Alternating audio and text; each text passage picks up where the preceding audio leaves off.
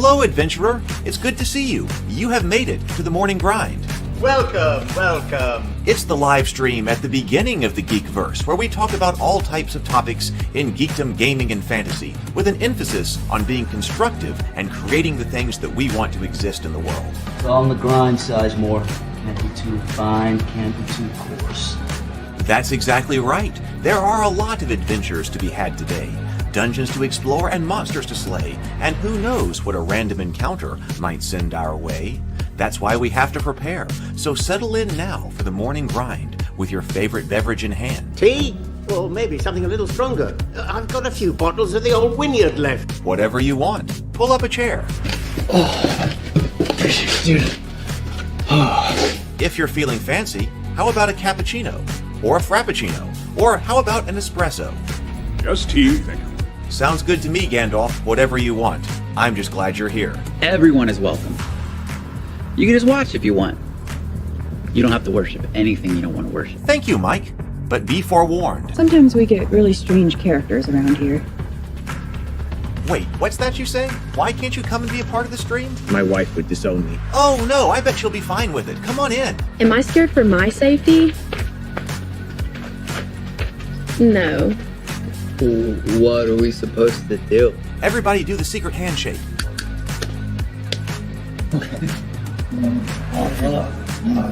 Secret cultist handshake.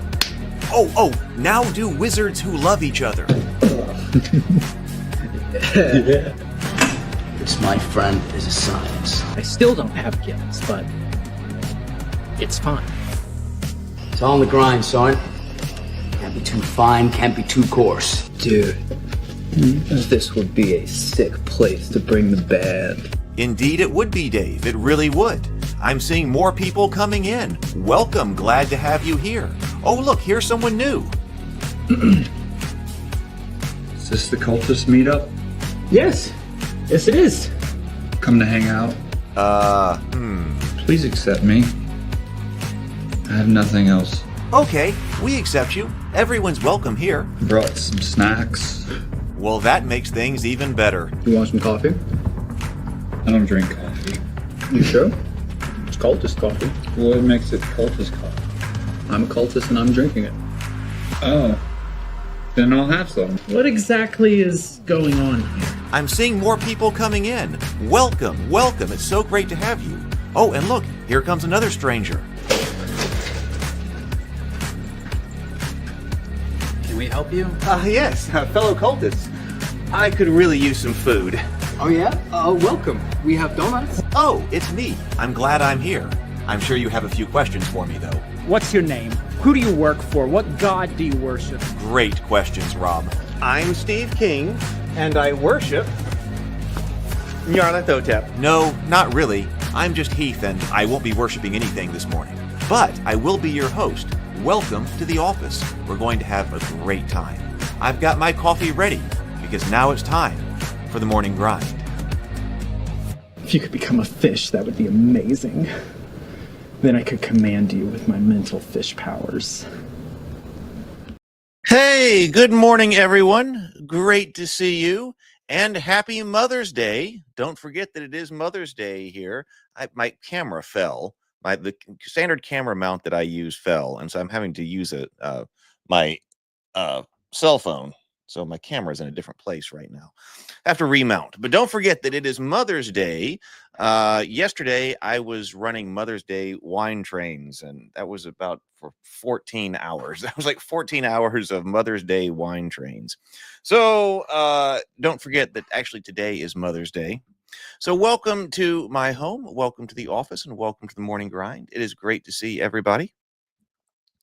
Let's see what's going on here. Well, today I didn't get all the way done with a draft of all of the different character classes here, but I got close. So we're going to talk about the drafts that I've got here and a couple of other issues that I've seen that have come up here. But I was very excited about what I was doing here. So that's what we're doing today. Let's see. I have on Monday another behind the scenes cultist episode. Behind the scenes video of the cultist will come out on the channel. I have that scheduled. Then on Wednesday, in addition to the morning grind, that evening at 7, I have season 2, episode 2 scheduled to relaunch on the Cultist channel. And I've got the live stream that followed it also scheduled. That was the pre-recorded live stream from a while back ago. Does this one have Brianna in me? I think this one has Brianna in it. So we will have, I think Brianna came and spoke to me about episode 1 and 2. So that will follow on the Cultist channel on Wednesday. So I have all that lined up, and that will be rolling out. I'll put that in Discord as well when it comes out. But that's what's going on. And then this week I was working on this index card RPG for the Rabivania. So let's go ahead and do a breathe and sip, and then I guess we will get into it. All right. So here we go. Got your beverage this morning. Let's do 2 deep breaths, and then we'll take a sip of our favorite beverage. So here we go. Let's breathe.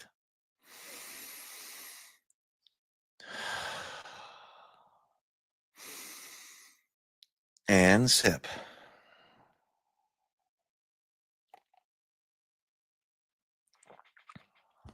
All right, there we go. And welcome to everybody here. I see Better with Bacon's here. Stray is here. Good morning, Stray. Andrew is here, and the Titter Pig Rancher is here. Good morning. Good morning. It is fantastic to see everybody. Okay, let me bring up the auxiliary there we go. Right here. So I was doing a lot of thinking about this, and I've been kind of shuffling around some of the different abilities, especially now that since we're kind of blocking out a whole bunch of these. But I think this slate here is a really good a really good kind of cast of characters for the Rabivania in its like main timeline right here. And I suppose we can say here, if you are new here, so Rabivania, what we're building here is for the Index Card RPG, which is going to be a game that I'm going to run at the Crit Free Online Tabletop Gaming Convention. And we've been working on Rabivania off and on for a while here on the channel. It's a chivalric world of mice, weasels, rats, raccoons, and especially rabbits. Rabivania is a low fantasy, low magic world based on 13th century Europe. You'll be stepping into a tumultuous and chaotic time in the history of the kingdom. Players will assume the roles of rabbits who must band together to accomplish quests, root out corruption within the kingdom, and fend off the outside forces that seek to conquer it. Its mythology draws inspiration from Anglo-Saxon and Celtic myth, as well as Arthurian legend. And we had a bunch of different character classes. So our character classes that we were looking at are Knight, Druid, Witch, Damsel.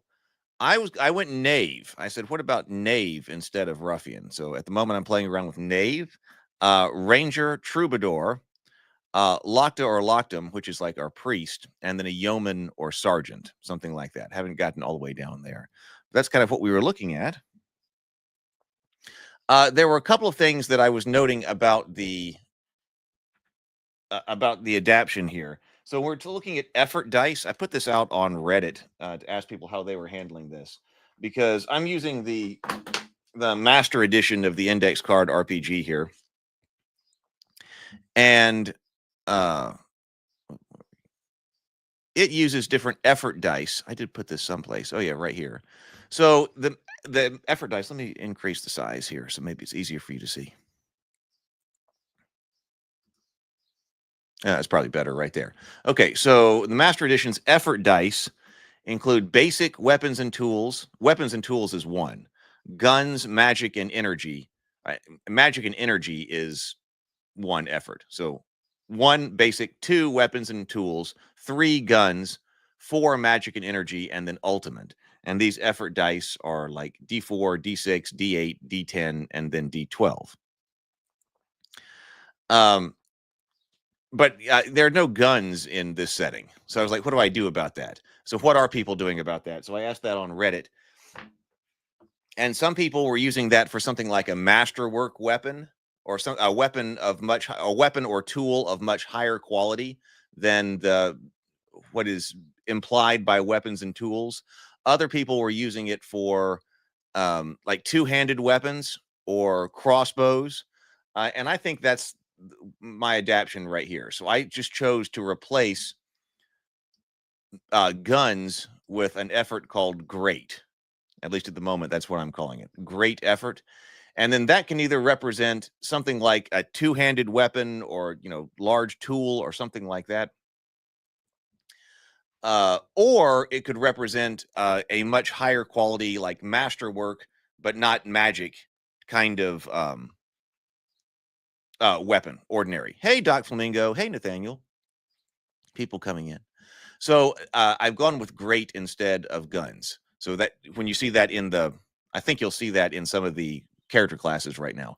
I went ahead and kept magic. Energy, I mean, maybe energy is out there. I went ahead and kept magic.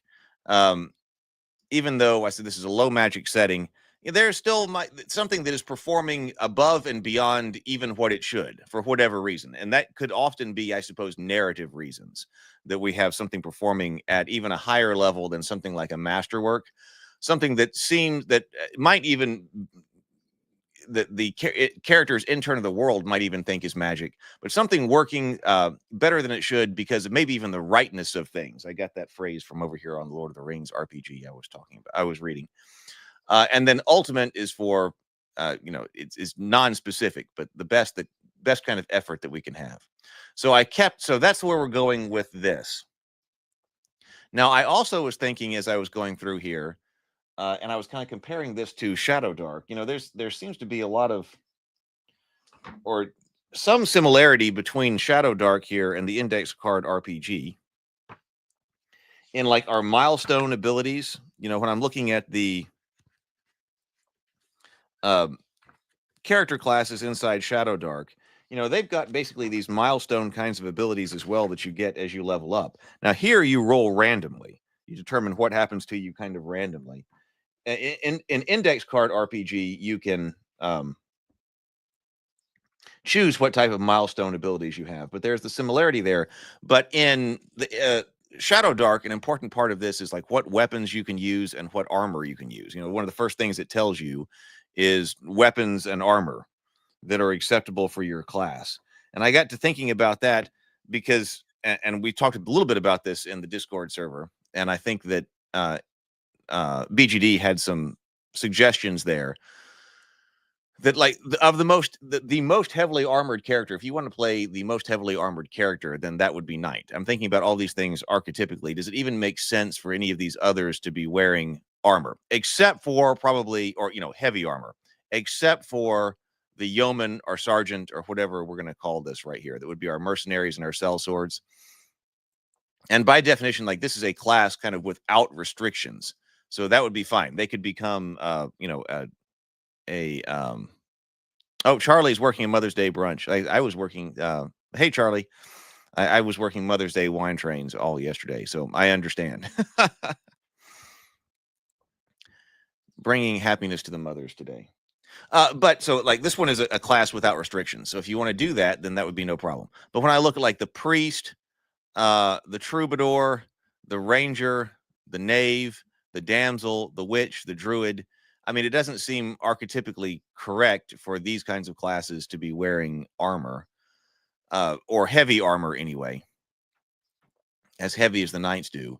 So what do I do? Is that just a restriction on here? Now, some of these, like BGD was talking about, having combat options for their starting options, at least one combat option, which I think is a good idea. And as I've gotten more comfortable with this, I'm going to circle back around and come back to, Knight back at the top. But, we said like for starting abilities with this Knight, and this was something BGD recommended, was working on starting abilities reflex for close range attacks on a successful hit on a modified 15 plus, the strength roll, for close range melee attacks on a successful hit on a modified 15 plus, roll strength for a follow-up strike. Counter strike. Now, so the Knight's very combat focused, obviously. Okay, there we go. BGD. Yeah, so there we go. BGD's here. So let's see. Let's go over that right here. Let's go over that. I think I put that in the wrong place in the Discord. I think I actually posted that under the table talk because I was in the wrong place. So I was saying, so BGD says, don't restrict the other character classes from purchasing or employing basic loot items.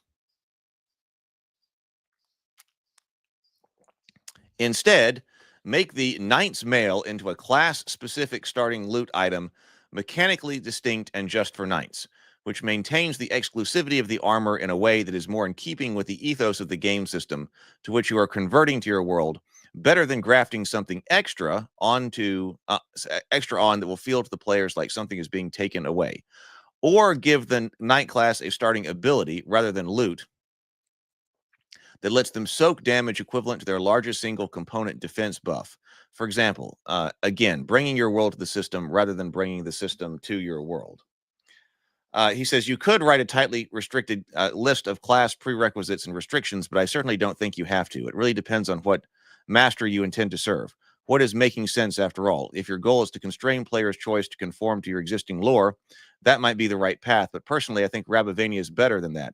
It's truly a unique setting that is rich with wonder, history, and conflict. It's full of all kinds of characters, some conforming very closely to specific archetypes, and presumably many others who don't. I don't think your conversion will suffer at all if you let your players generate characters who are off-type or hybridized from the examples that populate your lore. Instead, I would ask myself, how little restriction and division can I introduce and still have my game feel undeniably like Rabivania? Yes. So we do have, now we did equipment like for 5e. So there is another round. There is another thing that can be added in here. So like when I'm looking at the Master's Edition book here, then we go into like this is the Alfheim basic loot. Okay, choose 4 and each occupies 1 inventory slot. So I kind of like this idea up here. Class-specific starting loot item, mechanically distinct and just for Knights. So,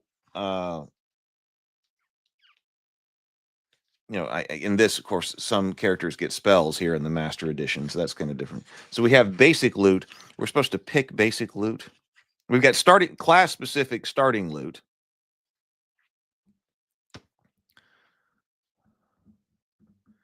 Class instead makes Knight's Mail into a class-specific starting loot item, mechanically distinct and just for Knights, which maintains the exclusivity of the armor in a way that's much more in keeping with the ethos of the game. I mean, I kind of like that. Now, starting loot over here, and in fact, that's probably what should go here instead of Battle Master Harness. This should be something like, I'll just star this to move it, but something like, either full mail or mail hallberg or something like that. And this is the this is the high defense value armor that isn't on starting loot. And so anything that is accessible to everybody should be on starting loot. Excuse me, on just not your class specific starting loot, just your general loot that you're able to pick up. I'm looking at the core system. So this is actions.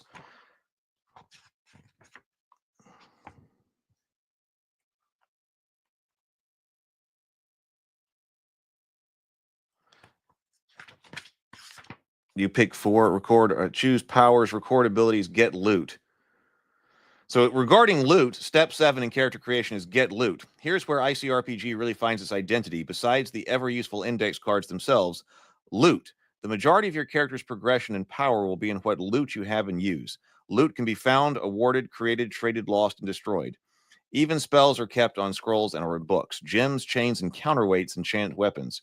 From the magical to the digital, what you carry versus what you keep equipped will let you tune and adjust your character for all kinds of special capacity. Complete your new special capability. Complete your new character by choosing 4 basic loot and then follow the 2 key rules below as you grow and gather more goodies. So you take 1 starting loot from your type and then take any 4 basic loot from your world.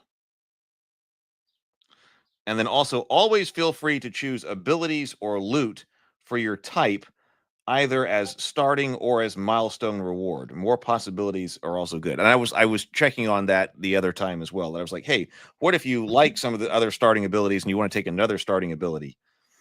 but it says always feel free to choose abilities or loot for your type, either as starting or milestone reward. More possibilities is always good.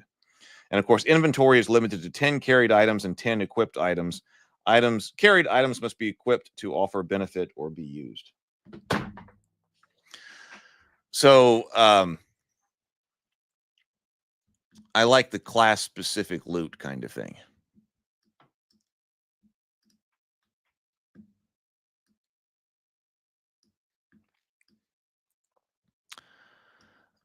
So anyway, so I was thinking about that. So that's probably what's going to happen here. And that's why I was like, circle back around to night kind of back at the end here as we figure out, like, especially since we're doing more than just druid, witch, and damsel.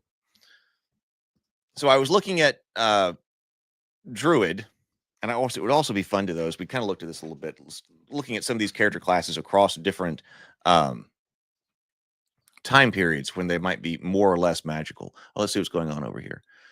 What about a hedge knight? I think a hedge knight would be just fine, but I think that would be just mechanically knight.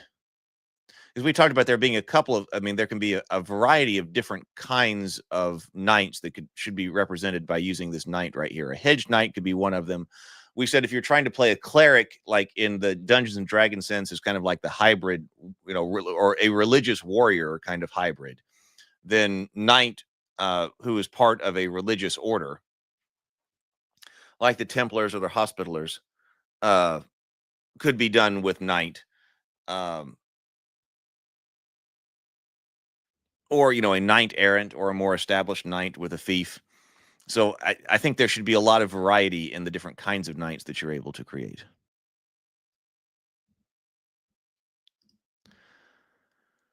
Okay, so druid, I changed. Let's see, what did I change up a little bit? Okay, so I was changing. So the skill rolls, I noticed that a lot of these things allow skill rolls to become easy. So because we have ranger, I moved a couple of things down. So I started with druid. Okay, wild bond, charisma checks related to animal handling encounters with wild animals are easy. I believe that one came from BGD. Lore master, int checks to recall information, history, lore, legal information are easy. That one I think is the one that I added. Okay, so in this case, we were talking about, now this does get down to how you like to run personally knowledge checks. But because they are the lore masters and, the storytellers and all of that, I said, okay, what about int checks to recall information on history, lore, legal, history, lore. I guess that should be legal information, or to recall history. Why do I have that? History, lore, or legal information are easy. Forager. Wisdom checks to find, identify, and process natural resources or forest environmental conditions are easy. The sickle, that was from BGD. I came up with, okay, if we want him to, I came up with different options to make different characters healers if they want to be, kind of in keeping with this. Of course, you'd have to choose this. But here is missile milk. And I think this is a really good way to do healing, this kind of low magic kind of thing. So missile milk, once per scene, imbibe or administer to grant immunity to pain for 1d4 rounds. During that time, the subject reduces all incoming damage by 4. I saw that as kind of a spell, in the Master's edition as I was going by, like, oh, immunity, because it seems like doing something natural that could, like, numb you is something a druid should be able to do and isn't necessarily magical. And I think it's interesting that this one is kind of a pre-buff. So you've got to, like, hop the knight up on this missile milk or something before he goes in. So then he's immune to pain for 1d4 rounds. But then also he's reducing incoming damage by 4. I guess that's because, if we're talking about abstract hit point systems, that has to do with, not having the shock, I guess, of pain and, as the wounds are done. So then also I thought about Traveler's Cloak here. So when wrapped in this cloak, the wearer leaves no trace, makes no sound, and becomes untrackable even when moving at normal speeds overland. That one seemed like a good druidic one that is narratively appropriate and doesn't necessarily imply, a whole bunch of magic, but does seem very narratively druidic.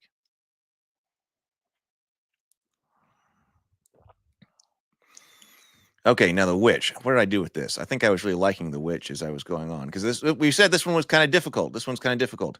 Now I may have. We'll see what we got here. So starting abilities, choose one. Okay. Evil Eye. Once per scene, use your action to choose a visible creature. Its next check that requires a roll is hard. So this could be psychological. This could be based on belief and superstition. It could be real. So right here, I've seen something like this in a couple of different places, and I kind of like this interpretation of casting omens or reading omens, however you choose to do that, casting bones, drawing runes, or reading the flight of birds, however you want to do that. Roll a d20 and then bank that number. Okay.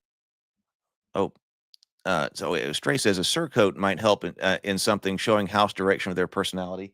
Yeah, you know,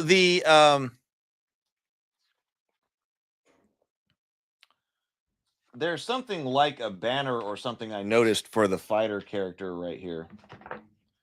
In the master set, like it was battle standard, a tabard or banner with your inspiring war insignia. Choose one ally per round, and their next roll is easy. So that they did have something mechanical effect on the tabard or banner. Yes. Untrackable is pretty absolute and therefore pretty mechanically powerful.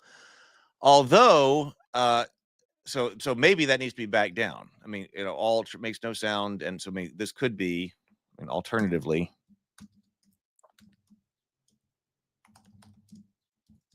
Make these rolls hard, which might be a better way to go. But on the other hand, this is still, it's just you. It's not your adventuring party. I guess if you were, you had a bunch of druids, then the whole druid group could go. But on the other hand, it is just you.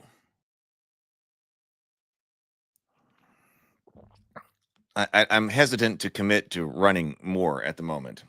I'm still thinking about it. But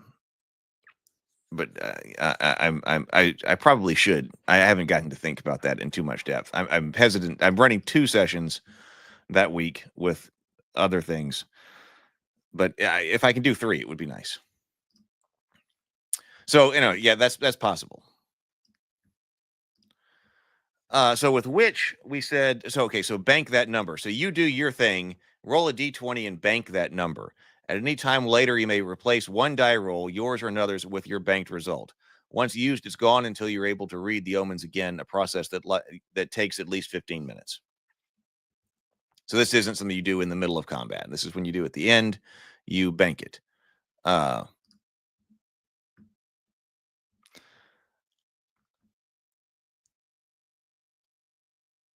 So what about, and then also bloodletting. Once per scene, cut yourself or another willing target with a knife or blade, dealing 1 HP of damage as you mutter ancient words to gain an automatic success on a subject's next non-combat intelligence or wisdom check. Maybe psychological, maybe psychosomatic, or maybe there is some magic in the blood. So if you want a combat option,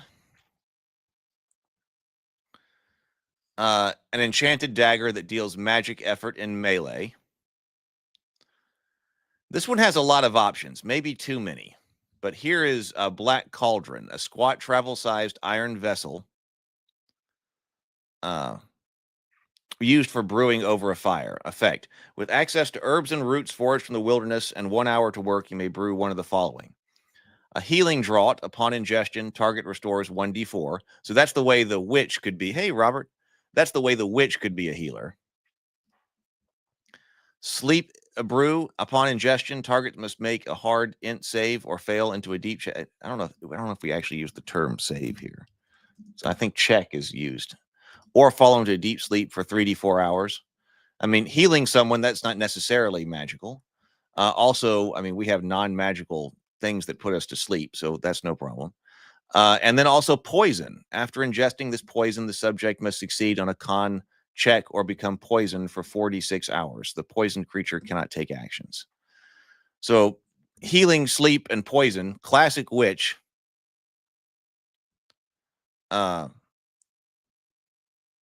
You think it needs more than that? The Athame was a very evocative choice, and I'm sure you can find a good mechanic for it. You think it needs more than just the increased melee damage? And then also some kind of charm.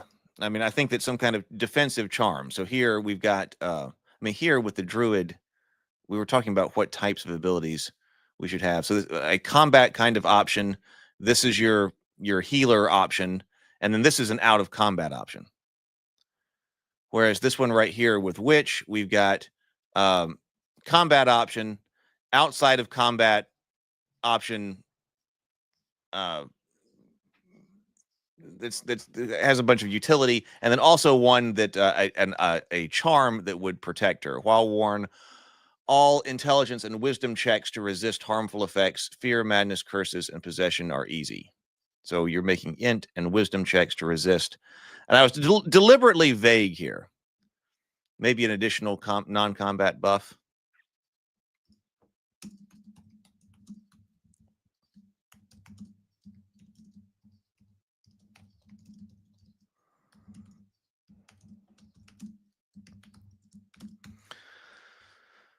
Like if it's used in conjunction with the cauldron or something.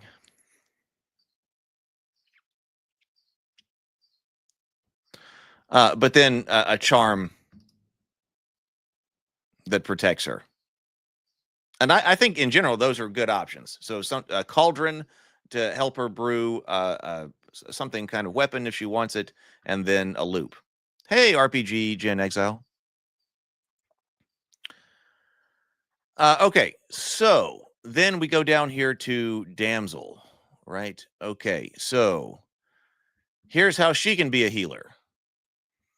Merciful Touch. A touch of your gentle paw eases pain and quiets the soul. Effect. Once per scene, you may lay your paws on a creature and heal 1d6 HP and remove its fear, fatigue, and doubt.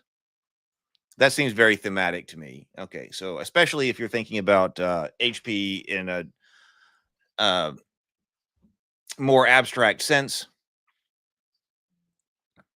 She refreshes you and removes fear, fatigue, and doubt. She's got the inspiring presence. Your words and bearing fill others with courage. Once per scene, your charisma, roll charisma to reduce allies' target by 2. And this was something that was adapted. Yeah, that's like the Bard's Battle Hymn from the Player's Guide. I got down to Troubadour. I was still kind of working on Troubadour.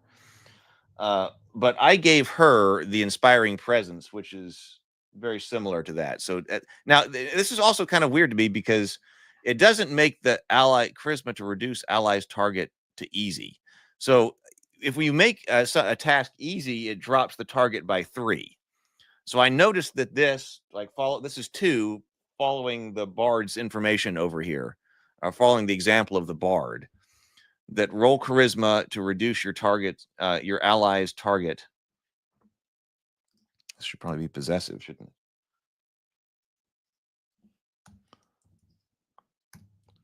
Allies target by 2.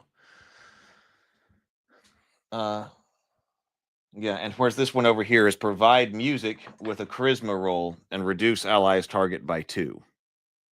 I said once per scene, because this just says provide music with a charisma roll, reduce allies target by 2.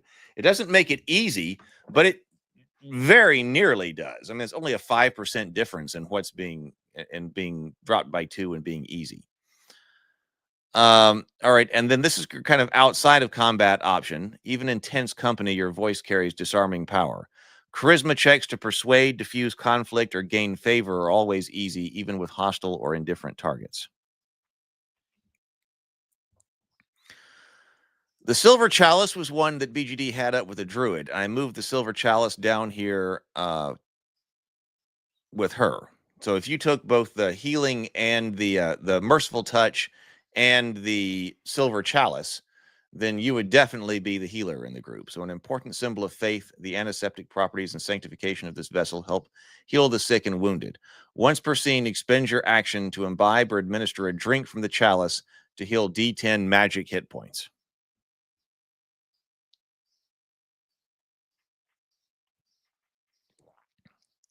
Slender silver sword. So this would kind of be like her combat option. A slender. Hey, good morning, PH. Good to see everybody this Sunday. A silver longsword, which I'm thinking is more ritual, but this seems to also make sense. A ritualistic kind of item, but it seems to make sense that there's also that if you want the combat option, this one makes sense. Its edge is blessed to never shed the blood of innocence. It is Mother's Day, yes. PH. So effect deals magic effort to targets not of the Mirite faith. Once per scene, if you strike in defense of the weak or helpless, your attack becomes ultimate effort regardless of the target's faith. And then something that could protect her as well.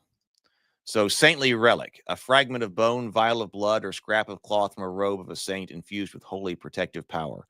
So effect, when carried or worn, all int and wisdom checks made to resist fear, domination, possession, or other harmful effects. Again, rather vague there. Some kind of harmful effect that is resisted by int and wisdom are easy.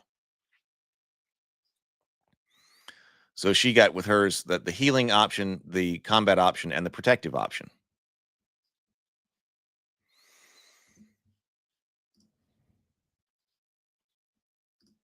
There we go.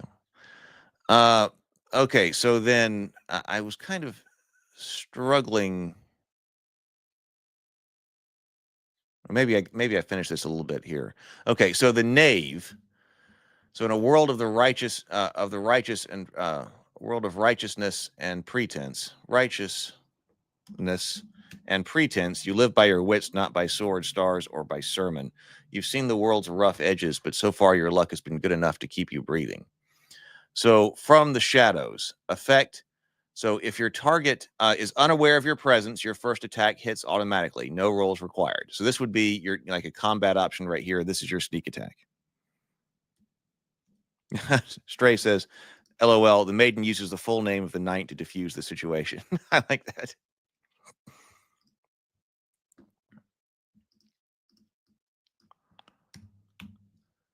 that. So that you get basically a sneak attack right here. Also, you can go if you want your stealth rolls. Stealth rolls are always easy. If you're the lurker, underhanded, intelligence and charisma checks involving deception, bribery, appraisal, sleight of hand, or trickery are always easy. I mean, I guess this does make that the untrackable by the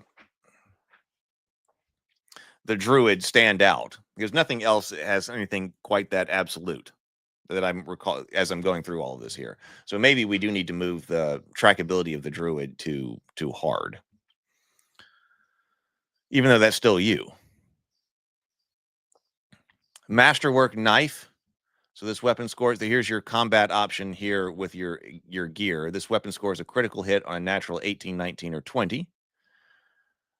Expert lockpicks. Okay, this is when I started to use great. I think this is when I realized we've got. Okay, wait a minute. What do I do now? And maybe the sword of the damsel needs to be backed to great and then magic. Because I don't think I had that idea about what do I do with guns here. So this could do. Could back this down.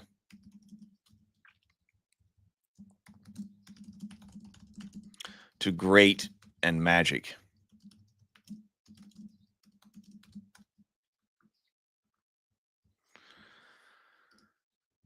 So here, a bark cloth roll of fine custom picks, files, and hooks whenever you're trying to open locks or disable traps.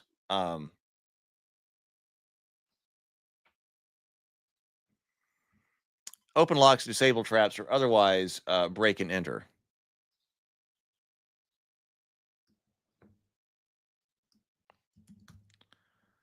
This is your infiltration here.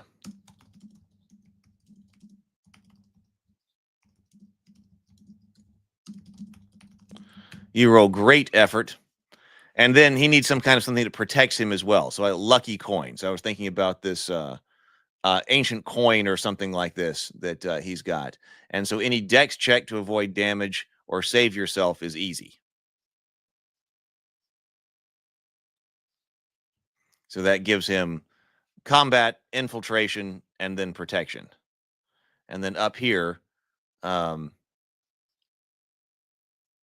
combat, infiltration. Yeah, infiltration and protection.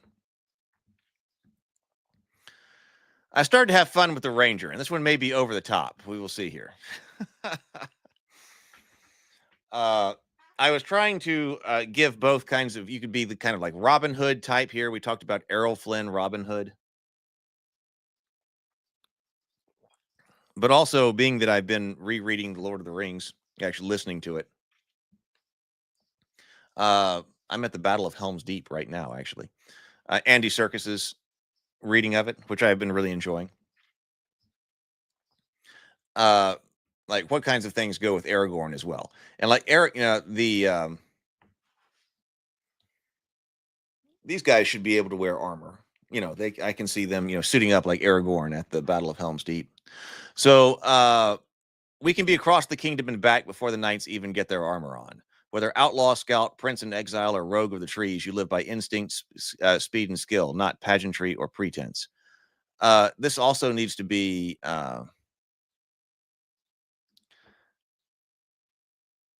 or foppish rogue of the trees.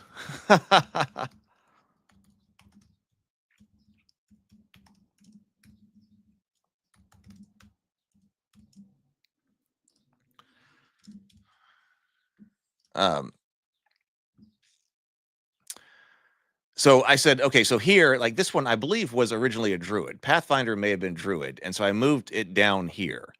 Pathfinder wisdom checks to determine location, direction, or route. And I added tracking in here to determine location, direction, route, or checks to track a subject are easy. I wonder how does that work if the druid is, if the ranger is tracking a druid with that cloak on? Which one takes precedence? I'm not sure. How does this interact with the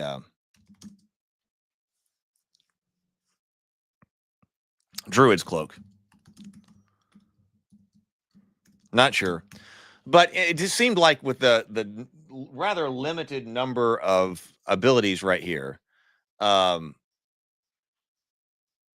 didn't want to make track its separate thing. It seemed like no one would take, to me, it was seeming like no one was going to take tracking if, just by itself. So that's why we had, I believe BGD had location, direction, and route. And then I said, well, that also let them add the tracking. That's the tracker. So that's the Aragorn in the wilderness, that kind of thing. Eagle Eye. Okay, so this would be like going to be Robin Hood right here. And this is based on the hunter over here from the Master Edition. I was drawing attention, some inspiration here.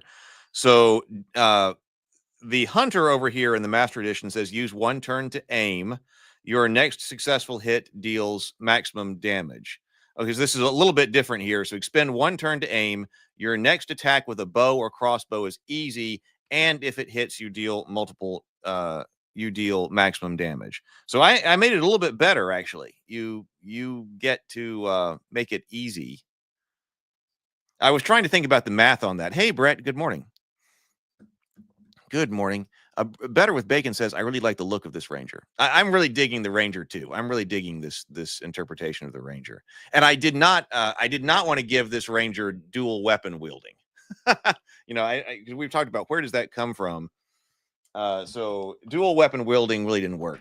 So we'll see. I was trying to think about the math behind here because if you, not in too great detail, but I think that's why I went ahead and made it an easy hit too, because you're giving up 1 turn to aim, and then it becomes easy. And then if it hits, you deal maximum damage. That might be too much, but on the other hand, you have given up a whole turn. Stray says, I think tracking should be normal unless you know something about the target making it easy.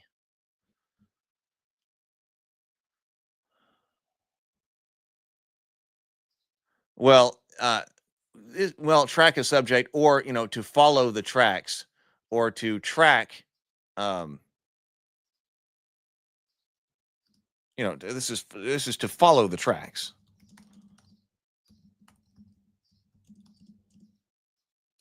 Follow the tracks right here to track a subject. So it's not, you're not. I wasn't thinking of this as, hey, I need to track Bob, so I know something about Bob.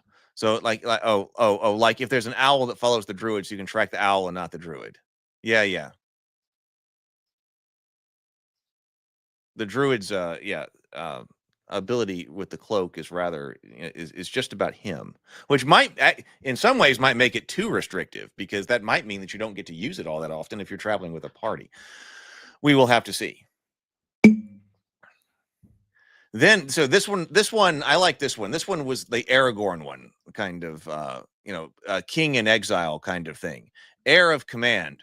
Now, I was also going to write this as, this was also going to add in here, foresters.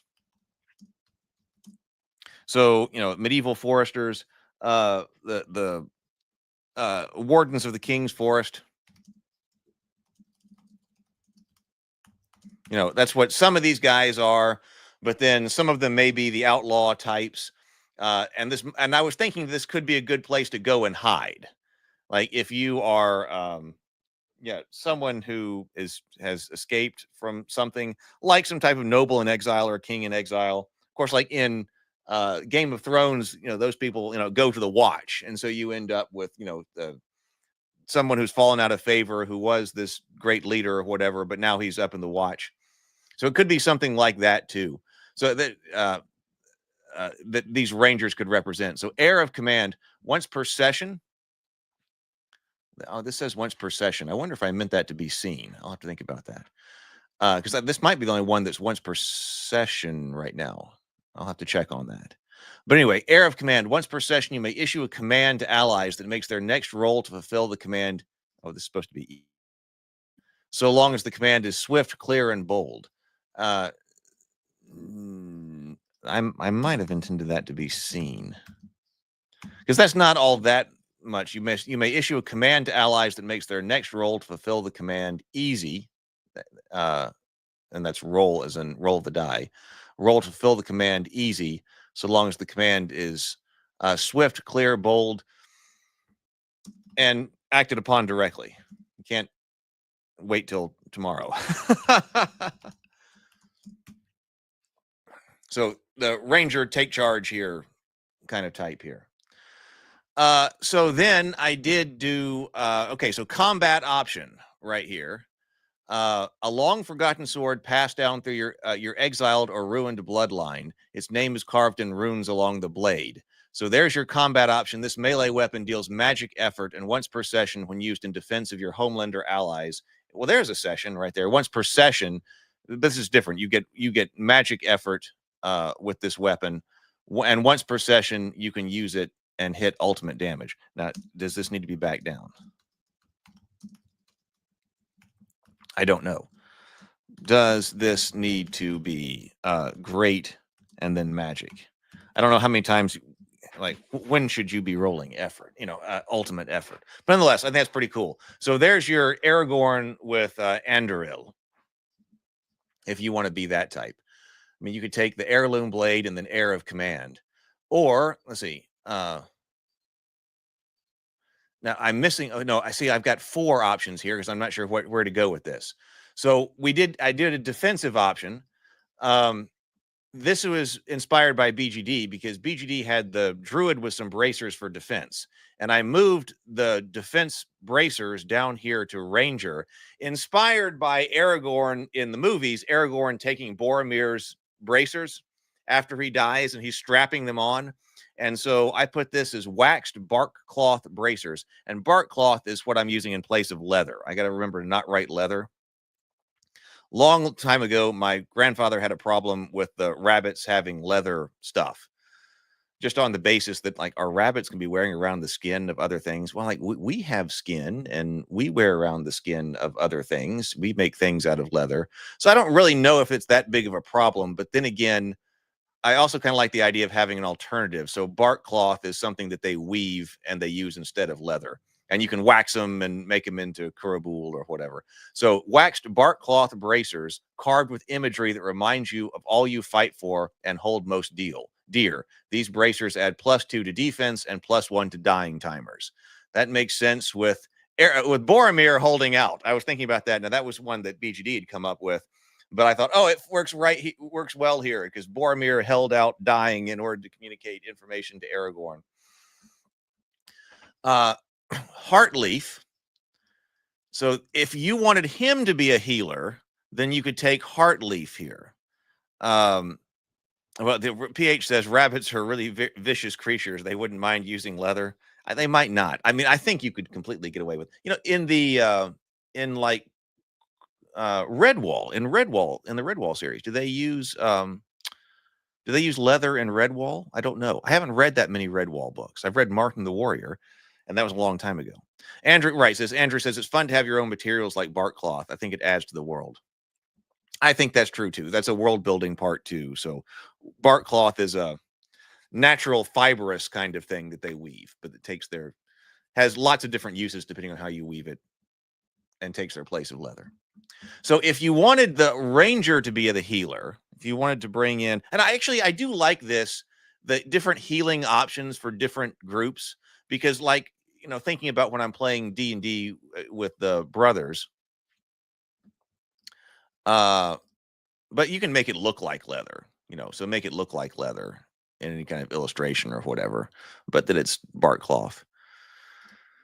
Because yes, the leather can look cool. But so when I was thinking about playing D&D, like they have healing potions. You can get a healing potion, but there's the healer class is the cleric. That's very, that's what they do. There's no option to let somebody else kind of be more of a healer other than, if you find healing potions. But I also think it's important for them to be able to heal in different ways. So I said here with the Heartleaf, most would have walked by this weed without a glance, but its true use. Given 1 hour of preparation time, you may crush and apply this herb to a fallen creature. So this isn't a combat thing. The combat one is the damsel. The damsel, when she heals, she's the one who gets basically an in-combat healing right there. Once per scene, lay your paws on a creature to heal 1d6 of HP and remove its fear, damage, and doubt. And then she also has another way, if you really want to be the healer, is that once per scene, she can also administer this chalice. Right. The druid with his missile milk, that's a buff. That's got to come before. Right. And then the witch is basically the after combat can brew up a healing draught. Actually, maybe this should be more. I'm just gonna make a note here. I like talking all of this out by going through them all like this, because note here, the damsel heals in combat at D6. So actually, the outside of combat, spending an hour to brew something, the D4 might be weak. Yeah, and then she's got the D10. Maybe this should be D8. That's probably better, because that's really. I mean, the thing that I think I was thinking is that, well, she's got 3 different options. She can heal, she can cause something to go to sleep, or witch's bile. So I think the reason I had gone 1d4 over here was because, well, that's not all she can do. It's an option. But on the other hand, if your party's in danger and it's out of combat and you got the witch brewing up a healing draught, D4 is rather weak. So maybe D8 sounds better. Let's see. You think Heartleaf is really good? So I was trying to, no, I made it up. I was trying to come up with something, that's like the Athelas. So Heartleaf is a perfect name. This is, yeah. So that's going to have to weave its way back into the into the story at some place.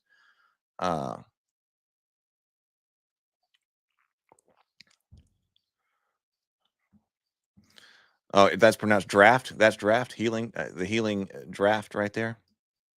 Maybe I should change that. Oh, Stray says, Stray knows the answer to this question. I know that in Long Patrol for Redwall, they mention leather. Other than that, the Badgers in the mountains, they use plate and chest pieces. So they did mention leather stuff in Redwall. I wonder how much that was thought about. So, so where were we? Okay, so what do we say here? Does this make any sense? Given 1 hour preparation time, you may crush and apply this herb to a fallen creature. And by the way, this is like the missile milk, the heart leaf. I guess, in a technical sense, they are expendable. But that from a narrative perspective in the game, there's nothing that says you can't do it again. It says, given 1 hour preparation time, you may crush and apply this herb to a fallen creature, reviving them and bringing them to 1 HP instantly, or remove the effects of poison or fear from one target.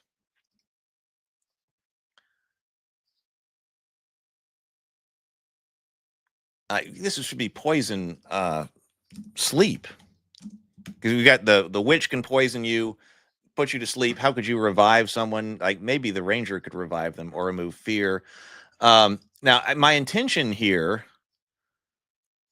is, and I need to read up on death here in the index card RPG, because like my thought here for the ranger being the healer type is that like your guy is down. How do you bring him back? I think as I was writing this, I was kind of thinking of this being the closest thing to something like resurrection that there is. Like if the character has passed beyond everybody else's ability to help, a ranger with this special ability might be able to bring them back. And I think that's why it's at only 1 HP.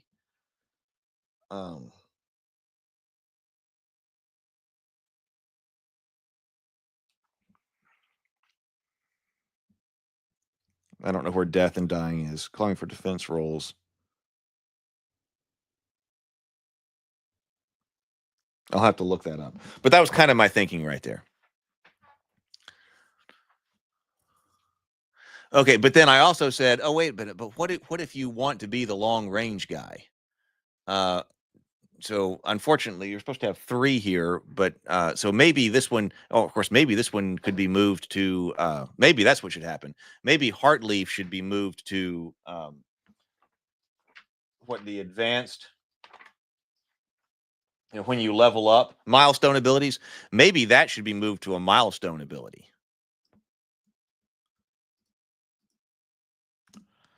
Also, maybe this becomes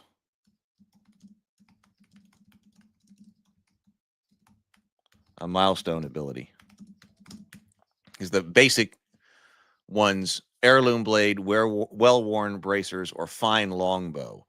That might actually be what has to happen in order to make sure that we only have 3 here. And that way you've got this one gives you melee option, ranged option, which we really haven't had a whole lot of ranged option. Milestone abilities.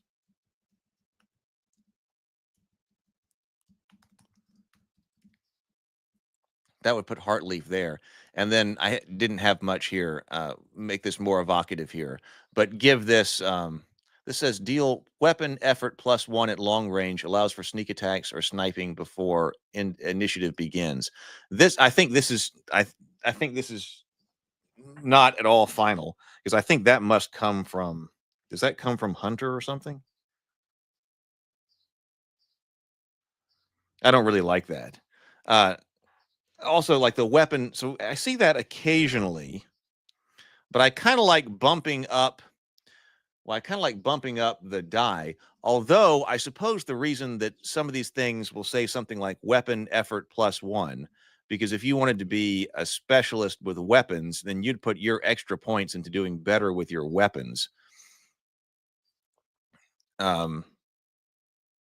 And so you wouldn't want to have to go to another die because you've got bonuses in that die. That's probably the reason why. But like for this hunter right here, okay, there was quick draw on a range attack roll of modified 15 plus, fire again.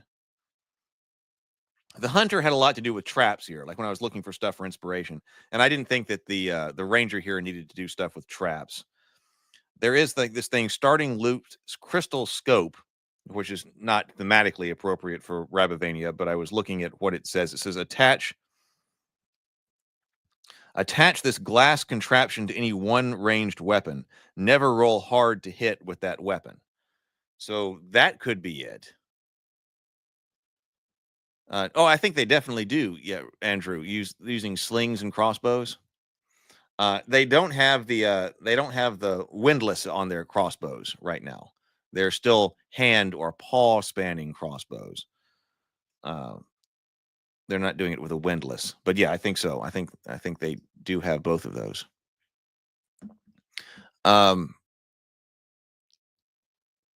Maybe some of the milestone abilities of the knave need to have something to do with this, but so I'll have to think about that.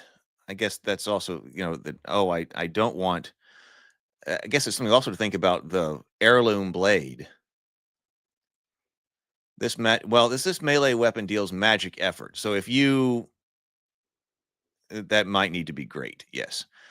This melee weapon deals great effort, and that way you would just know that if you want to be extra good with this sword, you need to put your bonus points into doing great effort. Anyway, going on here. So the arcane cartridge, for example, an enchanted steel sleeve imbues your ammunition with a spark of magic. Your shots inflict energy damage.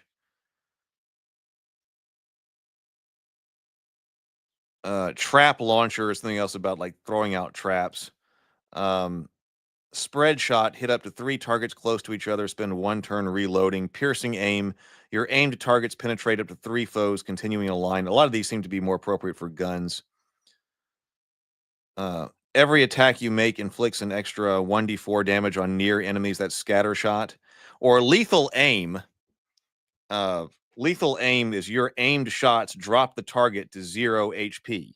So that's, I mean, I can see that one coming over. Your aim shots deal drop the target to 0 HP, which is pretty powerful. Now that's a reason to not have it become easy, because here I had, your next attack is easy and it deals maximum damage. If it's easy and it drops the target to 0 HP, this guy is going to become dangerous.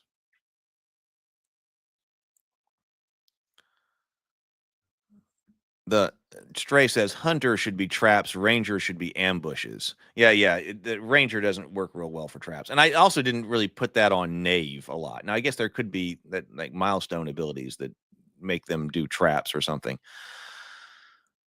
Hunter lays a bear trap, the ranger throws a hive of bees.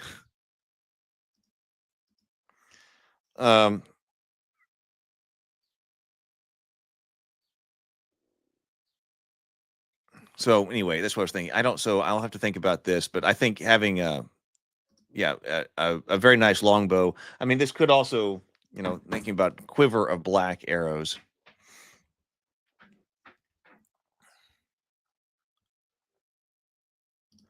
No, Andrew says, I was imagining them having paws that function more like hands for the front pair, more human-like, but their back paws also have grasping abilities.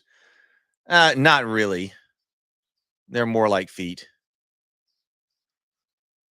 Yeah, knave would be more things like caltrops, bolas, something like that to prevent pursuit or escape. Yeah, I think so. Like they're doing some kind of planting a trap or something like that. It's the caltrop, something like that. I agree. That seems to be better. I agree. Okay, so this needs to be worked on. Because like sneak attacks, where did this come from? This wasn't me. This came from someplace. Let me italicize that. I was trying to come up with what kinds of things are going on with the longbow. So this needs to be rewritten. But this definitely needs to be a longbow. This could also be, quiver of black arrows. Well, actually, that could be an interesting milestone ability. Quiver of black arrows.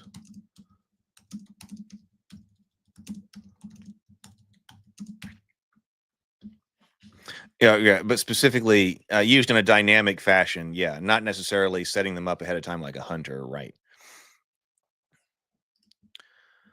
Um,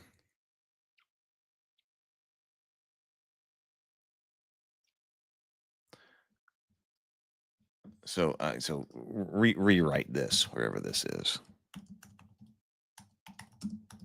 Because what does sneak attacks have to do, or sniping before initiative begins? I don't know where that came from. Rewrite this to be a more powerful bow. That's the key point here. Thinking about the design. So if you want to be the missiler, then the Ranger is the place to go. I do really love this Ranger write-up. I was really getting into it with this Ranger's write-up. Now, Troubadour, let's see. Oh, we're on over an hour here. I've got things to do today. I'm still working on this, so I'm not really sure. See, I've made a tremendous amount of progress, as you can see, but at the Troubadour is where I was working on, and I wasn't really where I wanted to be with it. So I was kind of making this one all kind of non-combat, or the buffs and things like that. Although we probably need something. Yeah, he needs some type of weapon, I think. Special weapon for an option. I mean, this is kind of like the damsel's inspiring presence. Once per scene as an action, make a charisma check. On a success, reduce your ally's target by 2 as long as you continue singing in the song or playing the tunes. That's classic kind of bard-like. This one kind of got ported over from the Master Edition for their bard. With a charisma roll, you can convince others, even of even wild or absurd falsehoods. The belief lasts 1d4 rounds per roll made, or until reality violently contradicts it. I've seen this done once per. This is kind of your jack of all trades idea. Once per scene, make any check using int, wisdom, or charisma is easy, even a skill you've never used before. I believe having a instrument that increases your inspiring song is from the Master Edition. So that could work here. Add 1d8 to a check. When playing your inspiring song, you also add the 1d8 to one check made by a chosen ally. This bonus applies once per song.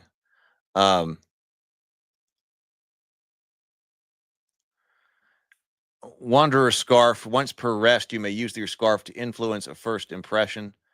Gain +2 to any int, wisdom, or charisma check made to introduce yourself, to fuse, tension, perform, or pass as someone else. So I don't know. That's kind of where I was working with. I got to Troubadour and I got to that point and kind of stopped. But probably they do need some type of weapon right there. I still got to work on Troubadour, and then I have not gotten to the priest at all. There's kind of a tradition in different stories about having a priest or a friar. I even think in Robin Hood's, in Errol Flynn's Robin Hood, the Friar Tuck was supposed to be an expert swordsman. So there is a combat option here, like expert swordsman.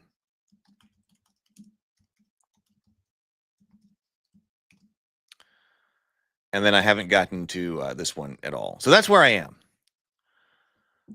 Stray says, I really like the idea of rat folk having sharp things strapped to their tails for a sneak attack from a hidden dagger, unless that would be the Knave's Mastercraft dagger. That's like the Skaven. Didn't the Skaven miniatures have things like that?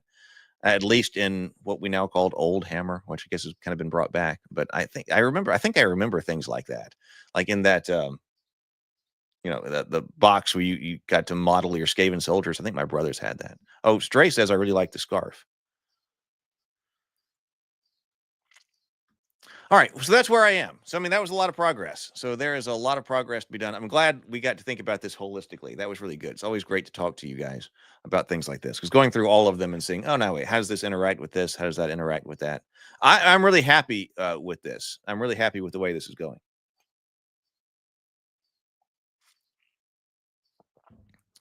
And then I did start to make a character sheet. We'll look at that later. But so we can take some of these and start making a character out of them.